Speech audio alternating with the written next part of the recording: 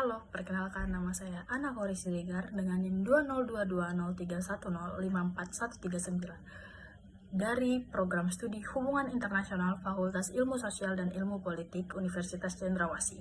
Di sini saya akan menjelaskan secara singkat tentang hukum internasional.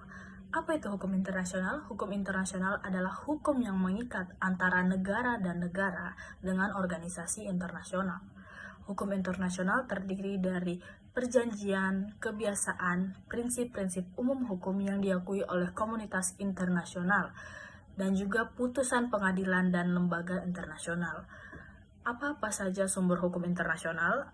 Yang pertama ada perjanjian internasional, perjanjian yang dibuat oleh negara-negara untuk mengatur hubungan mereka, misalnya Charter PBB. Kebiasaan internasional, praktik negara yang konsisten dan diterima sebagai hukum.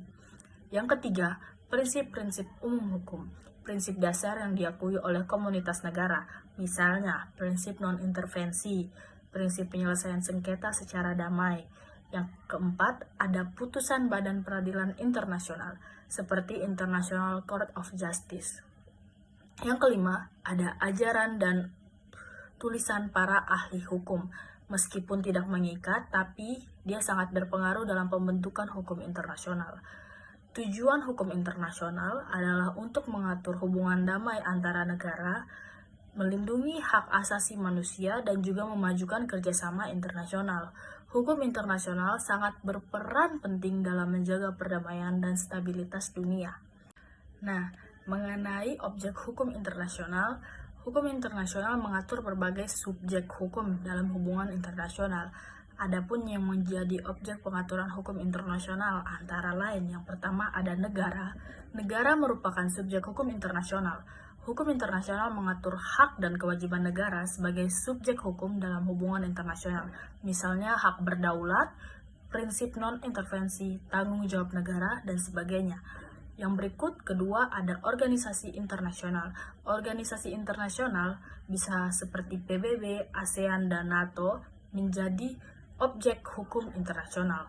Hukum internasional mengatur pembentukan, keanggotaan, hak istimewa, dan kekebalan, serta tanggung jawab organisasi internasional. Yang ketiga, ada individu.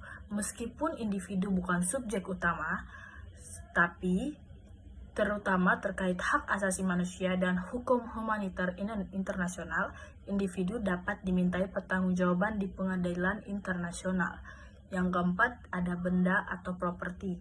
Hukum internasional mengatur status benda seperti kapal, pesawat terbang dalam yurisdiksi negara.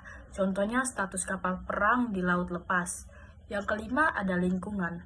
Isu lingkungan global seperti pemanasan global dan polusi laut juga menjadi objek hukum internasional dewasa ini.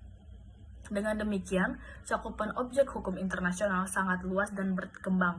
Seiring dengan dinamika hubungan internasional, hukum internasional berperan penting dalam mengatur berbagai aspek kehidupan global.